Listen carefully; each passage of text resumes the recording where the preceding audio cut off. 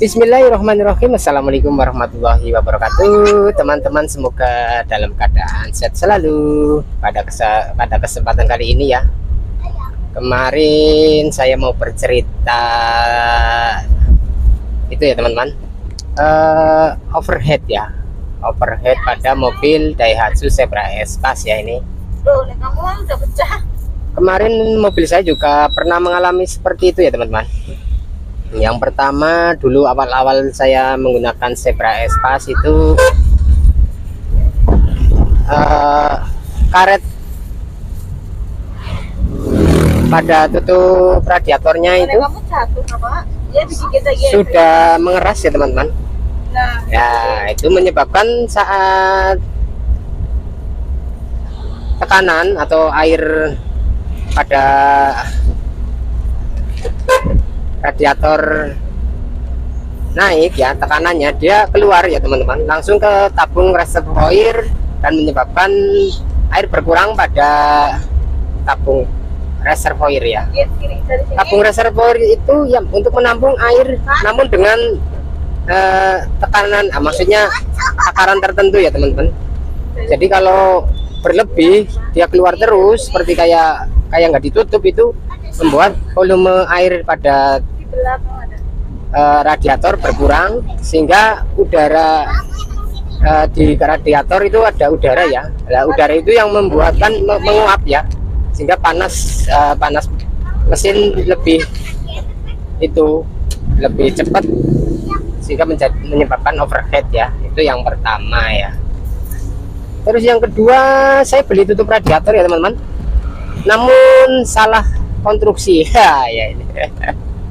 Ternyata tutup radiator itu ada banyak ya. Saya asal beli saja, nggak tanya dulu ke penjualnya. Ternyata itu untuk bentuknya itu untuk konstruksi yang berbeda ya teman-teman. Itu jadi ada yang model apa ya, karet dua-duanya. Terus ada yang model hanya satu karet ya, penutup atas. Terus yang satu itu seperti payung ya, plat payung gitu. Saat nanti kondisi mobil berhenti, maka air yang keluar tadi dari reservoir dia akan terhisap lagi masuk ke dalam radiator ya, karena kevakuman dari ruang radiator ya, sehingga menyedot air yang masuk ke air yang berada di reservoir masuk ke radiator ya, seperti itu. Terus untuk yang ketiga itu biasanya volume di radiator berkurang ya teman-teman, karena berkurang airnya, sehingga menyebabkan itu ya teman-teman, air ada ruang udara lagi di bagian radiator ya, baik di bagian water jacket ataupun pada bagian radiator itu sendiri ya teman-teman. Jadi kalau airnya sampai berkurang, itu efeknya juga membuat mesin cepat panas ya, temperatur cepat naik ya.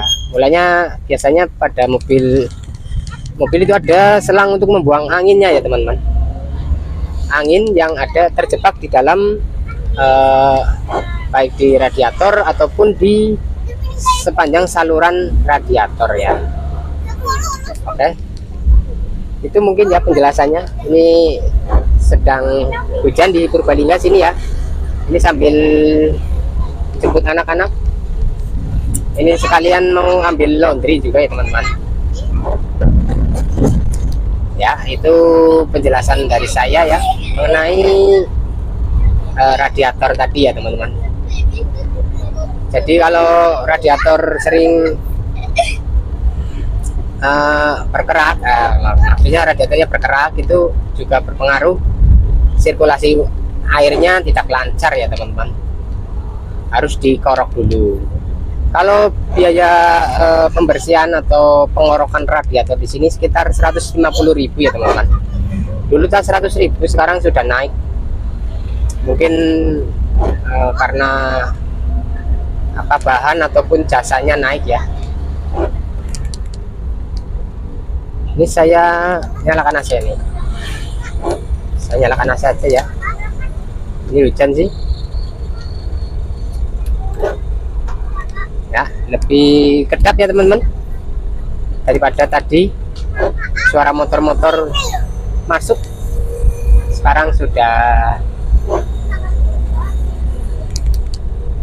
tidak masuk lagi ya. Oh iya, biarin nanti kalau mau nutupin ya nutupin saja, bukan nutupin. Ini ada penjual kelapa, kita di belakangnya saja. Terus ada orang atau yang berkomentar atau yang bilang ya itu mobil Espas itu mobil rewel ya atau ringkih gitu ya. Sebenarnya sih kalau menurut saya itu tergantung yang merawatnya ya. Kalau dirawat ya awet ya teman-teman. Sama kalau teman-teman punya mobil baru nggak dirawat, sama saja tetap rusak, ringkih ya, ataupun mekokan ya.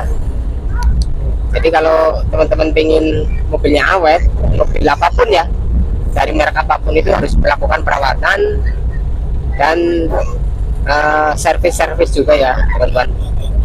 Kalau nggak bisa melakukan servis sendiri ya tinggal bawa saja ke bengkel ya. Kalau bisa ya malah bagus itu, menghemat biaya atau kos untuk perbaikan ya dan perawatannya. Oke. Karena image itu ya, jadi pengguna apa ya, Espas itu berkurang ya sebenarnya ya.